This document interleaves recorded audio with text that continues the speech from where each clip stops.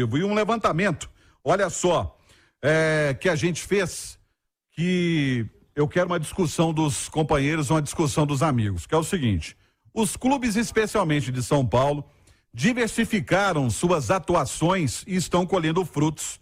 Investiram na base, no futebol feminino, por exemplo. Os resultados a gente até viu nesse final de semana. No Sub-20, o Palmeiras venceu o Corinthians por 1-0. Além das promessas em campo, na arquibancada, mais de 18 mil torcedores, 345 mil reais de renda. No feminino, o Corinthians derrotou o Internacional por 4-1, diante de 41.070 torcedores, que é recorde de público na América do Sul, e uma renda acima de 900 mil reais, premiação de 1 milhão pela conquista. Além da grana imediata, tem também os chamados valores agregados, né? Como projeção da marca, visibilidade que gera procura de patrocinadores, revelação de jogadores, entre outros. E a pergunta é, inclusive já está aí no chat do YouTube para você poder participar. A pergunta é: os times mineiros estão atrasados em relação a isso? Os times mineiros, eles estão atrasados em relação a investimentos no futebol feminino e também na base? Eu começo por você, setorista do Cruzeiro e participante assíduo aqui do programa, Emerson Pansieri. Nós estamos atrasados em relação a isso, nós estamos perdendo receita, perdendo a oportunidade de agregar outro tipo de torcedor que talvez não goste só do futebol padrão, mas que goste de um futebol de base, que goste de um futebol feminino?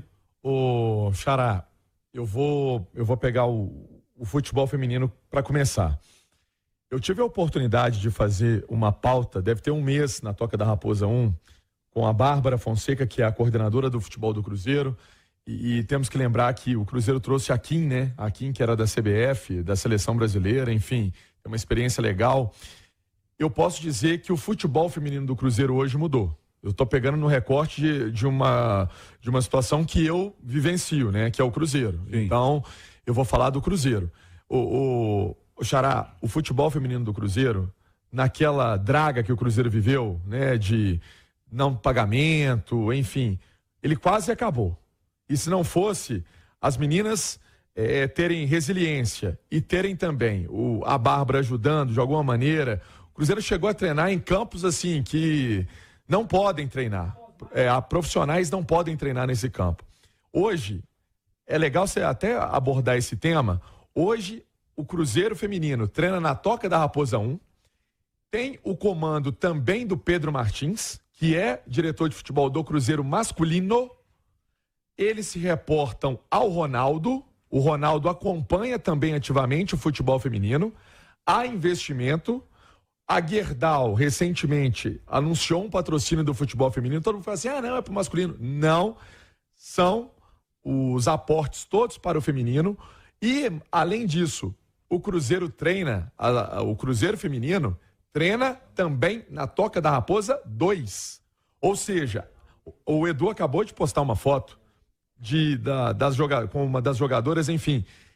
Tem uma integração de refeitório, de utilização da estrutura, utilização de campo, utilização da fisioterapia, do departamento médico, do masculino. Recorte que eu estou fazendo do Cruzeiro, que antes fechou os olhos para o futebol feminino e agora, com a SAF, abriu os olhos e sabe que tem um potencial para crescer. E mais do que isso, a permanência também, não ter caído no Brasileiro, é fundamental agora para reconstruir o time, para fazer um time melhor, para conseguir coisas grandes na próxima temporada, Xará. Pois é, inclusive tem a participação do internauta aqui através do nosso chat, o Daniel, deve ser Daniel o nome dele, o futebol feminino em Minas está em 1950, bastante atrasado. Ô Edu Panzi, você acha que estamos perdendo receita, estamos perdendo uma forma de agregar mais torcedores aqui em Minas Gerais? Nós vamos atrasados em relação a outros centros? Ô Romano, eu acho que sim, estamos, assim como estamos atrasados em relação a outros centros, no caso São Paulo, no masculino também. O futebol de São Paulo, em todos os âmbitos, ele é mais evoluído do que o futebol mineiro. No âmbito da gestão também a mesma coisa, e o feminino nem se fala, né? E aí eu acho que é culpa nossa, da imprensa, é culpa dos gestores, porque a gente tem que colocar nossa culpa também, né? Sim. É culpa dos gestores, e principalmente dos gestores, por não acreditarem, e culpa do público também, que não leva muito em consideração, que desdenha do futebol feminino. Por que aqui tem jogo do futebol feminino? Ao invés de fazer o jogo no Independência, no Mineirão, manda só para Venda Nova, faz no centro de treinamentos, às vezes não avisa o torcedor, não dá oportunidade do torcedor ir para a arquibancada, comprar um ingresso, acompanhar o evento. Foi bom você levantar isso, porque nós tivemos dois jogos da final do feminino, um foi no Beira-Rio e outro na Arena do Corinthians. E por que aqui em Belo Horizonte não utilizam? Porque custa dinheiro, né? E o investimento, talvez os clubes não queiram fazer um investimento, tirar de um para colocar no outro nesse momento. Infelizmente, você precisa começar. Não adianta, mais para frente a gente vai fazer o investimento. Mais para frente vai ser quando? A partir de quando? E aí a gente vê o Corinthians na mídia, a gente vê o Internacional na mídia, a gente vê o Palmeiras na mídia, Ferroviária na mídia, outras equipes menores, clubes menores na mídia, e o patrocinador está lá na televisão, o fornecedor de material esportivo está na televisão, e aqui o futebol feminino ele ainda está engatinhando. Mas eu repito, precisamos fazer a nossa meia-culpa também. Há uma cobertura ínfima por parte da imprensa, nossa aqui também, do futebol feminino. Eu acho que falta uma cobrança. O Emanuel Carneiro, ele sempre falava de futebol da base, que é o futebol do esconde-esconde. É sempre em CT, é sempre em campos que é difícil para o torcedor comparecer, e que antigamente você tinha preliminares do Mineirão. Preliminar não dá mais para fazer. Sim, mas tô falando assim, você tinha preliminares do Mineirão que davam para aparecer. Tudo bem que você não pode fazer preliminar, mas você pode colocar, por exemplo, no Independência num dia que o torcedor possa comparecer. Claro, né? É mais fácil do torcedor ir de acompanhar do que em outros estádios, que às vezes o torcedor não fica nem sabendo que tem. Exatamente. O Rafael Batista dizendo que futebol feminino é paia. Ele não gosta de futebol feminino, não. É direito dele. É um direito seu. Assim como muita gente acha o futebol masculino paia também. O Arthur dizendo, Minas está atrás até do sul do país. Alexandre Simões, você frequenta estádios desde criança. Você já frequentou muito estádio com preliminar de jogos da base, e o torcedor ia mais cedo para poder acompanhar o time da base, né? Aqui a gente esconde a base e o futebol feminino também, né? Mais ainda. Nós estamos atrasados em relação aos outros estados? Olha, o Romano, esses dois episódios que aconteceram, e foram os dois na Arena Corinthians, né? O Sub-20. O Sub-20 e o feminino. Um no sábado e outro domingo. O que acontece? Essas competições, elas são disputadas num circuito fechado. Tá? Eu acredito que foi muito mais um fenômeno de decisão e rivalidade, porque Corinthians e Internacional tem muita rivalidade, desde o Coloca no DVD, né? De 2005, né? O Campeonato Brasileiro o Corinthians venceu em cima do Internacional, e Corinthians e Palmeiras não precisa nem falar. Então o torcedor brasileiro gosta de ser campeão, independentemente de que modalidade for. Então eu acho que foram fenômenos muito do que o jogo representava. Tá? O que me preocupa, o Romano, você falou dessa questão aí das preliminares, né? A gente já teve um cenário de muitas rodadas duplas no Mineirão, principalmente em Campeonato Mineiro. Sim. Então o Atlético e o Cruzeiro jogavam, e aí numa rodada o Atlético fazia preliminar, o Cruzeiro jogo de fundo, na outra o Cruzeiro fazia preliminar, o Atlético jogo de fundo, ou pegava o jogo que era mais importante na classificação e fazia esse tipo de definição. Era uma situação muito motivadora, que hoje em dia eu já nem sei se pode acontecer por causa do nível de imbecilidade de torcidas organizadas, né? Que são rivais, e é perigoso, de repente, você colocar Cruzeiro e Atlético jogando no mesmo estádio, aí vira um clássico e esse povo vai querer brigar. Então também tem esse entrave. Agora, o que me preocupa mesmo, Romano, e aí a gente volta a essa época aí da preliminar e da rodada dupla, tá? É o baixo nível de revelação de jogadores que a gente tem. Isso é preocupante. O baixo nível de revelação de jogadores. Outro dia mesmo, semana passada, foi dia 23 de setembro, né? O Galo fez aniversário do título da Copa Comembol, 30 anos de 92, né? Por mais que tenha sido há muito tempo, mas o João Leite revelado na base, você pega lá o Hiller, você pega o Éder Lopes, você pega o Moacir, você pega o Ailton, você pega o Sérgio Araújo, você pega o Claudinho, aí você pega 7 de um time titular. Isso em 1992. Né? Não, o Hernani já é 97. 97. Isso, 97, com o Dedê. Então, que também era da turma da base. Sim. Leandro, né? Leandro Tavares, o que depois jogou no Sport Recife, meia, ponta esquerda ali. Então, o que me preocupa mesmo, o Romano, é essa questão da revelação de jogadores. Atlético e Cruzeiro, eles fazem discursos belíssimos de que a base agora vai, vamos mudar, troca o coordenador, não, esse é um fenômeno, esse deu certo aqui, esse deu certo ali. E eles não conseguem revelar jogadores de alto nível. Não temos. Quem a gente tem hoje no futebol mineiro? Daniel Júnior. Ô Pansieri. Mas é o Daniel Júnior, Simões. Ele estava na base do Cruzeiro. Não, mas o Daniel Júnior pra pensar em seleção brasileira. Mas é um jogador. Mas é um jogador. No Cruzeiro você pega o Daniel Júnior, você pega o Giovani Jesus. Você pega jogador. Você está falando de promessa. Você está falando de promessa. Eles não são realidade. Que tá jogando a Série B. Mas estão jogando. Mas não são realidade. De Vinícius Júnior. Eu tô falando de Douglas. Eu tô falando de Hendrick Araújo. Tá, mas o Hendrick não é nada ainda, gente. O Giovani Jesus não consegue ser titular. Ele tá jogando profissional, gente? Mas peraí. Eu tô falando do jogador que tá jogando profissional, gente. Aqui, não vamos comparar, não vamos botar Giovani Jesus, Daniel Júnior, porque a gente joga até uma pressão desnecessária nos meninos, que não tem. Eles fizeram feijão com arroz direito na Série B, não? Mas a gente não tá falando de feijão com arroz. O Giovani Jesus, ele alterou a titularidade em vários momentos. Não é titular do Cruzeiro. Mas machucou o Simões. O Daniel Júnior não é titular do Cruzeiro. O Giovani Jesus não é titular do Cruzeiro. Eles alteram. Eles alternam. Sério, mas não dá pra falar que são jogadores ainda de alto nível, que serão grandes jogadores ainda. Reinaldo, não Marcelo, dá. Mas aí se a gente põe o jogador pra jogar, aí eles o Pessolano pôs esses meninos pra jogar. Não, isso é uma história, uma coisa. Não, isso é uma coisa. Peraí, gente. Nisso o Cruzeiro tá. É isso que a gente tá querendo. A gente não reclama que não usa a base. E a gente não sabe quando quem entrou por qualidade ou por necessidade. O Simões não tá falando de o Atlético coloca jogador da base pra jogar, o Cruzeiro também. Mas daqui a 3, 4, 5 anos, ninguém mais fala dos caras que o Atlético Cruzeiro tem colocado pra jogar. Mas é porque eles saem cedo, gente. Não saem cedo, não. Eles não têm continuidade. Eles não têm continuidade. Às vezes eles fazem uma temporada ruim e nós temos culpa disso. A gente fala, não, isso aí não vai virar. O Thiago fez uma boa temporada ano passado. O Cruzeiro estava com o Pires na mão no início do ano, no início da Série B. Como que você diz que o Thiago fez uma boa temporada, Pansieri? Quando que ele fez uma boa temporada? O Pansieri, o Thiago? Coisa, você tá pegando um nível, você tá pegando como amostra um cenário de Série B do Campeonato Brasileiro. Não dá, não dá para colocar nesse cenário. Do Cruzeiro em momento algum de regularidade, de titularidade. Pra você ter uma ideia, ano passado, o artilheiro do Cruzeiro no ano, o Matheus Barbosa, volante, que saiu em julho, o Atlético de Goiás. Então, a gente não pode falar de Thiago, né? Porque gente, mas aí a gente vai pegar e vão pegar aí Rafinha, Antony, até jogador que não tá na seleção, tipo Martinelli, aí você vai pegar. Então, o que acontece? O que preocupa é que a gente não consegue mais em Minas Gerais revelar jogador em nível de seleção brasileira, tá?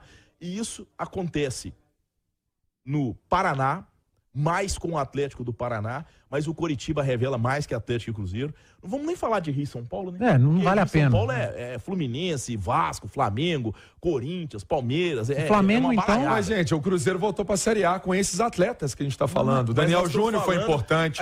O Giovani Jesus foi importante. O Cruzeiro teve. Peraí. Nós estamos falando de dois seleção brasileira. São assuntos diferentes. São assuntos diferentes. A gente não tá falando. Eu tô falando de número de revelação. Eu tô falando da revelação. A gente tá pedindo que a nossa base seja valorizada. Peraí. O Cruzeiro olha pra base. São duas situações, calma.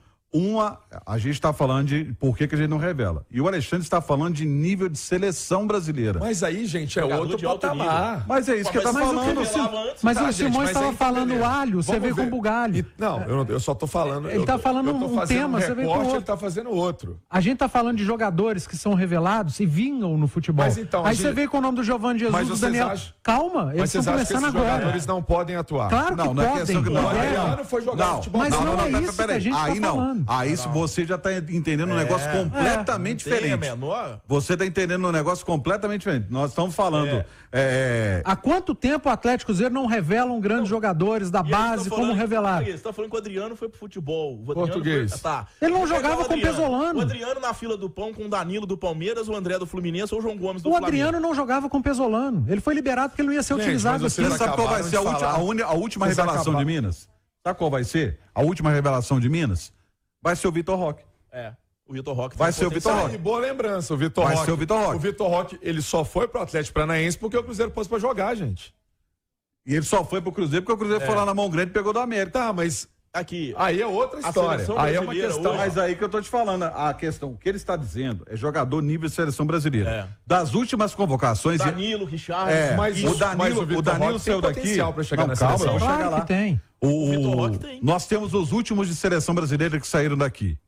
Danilo e Richarlison, que inclusive estão com a seleção e vão jogar amanhã contra a Tunísia e vão jogar a Copa. Isso. E o Vitor Roque é um menino que, se não se perder no meio desse processo, 2026. que é complicado demais, 2026 ele vai ser da seleção Aliás, brasileira. na atual seleção brasileira tem 3.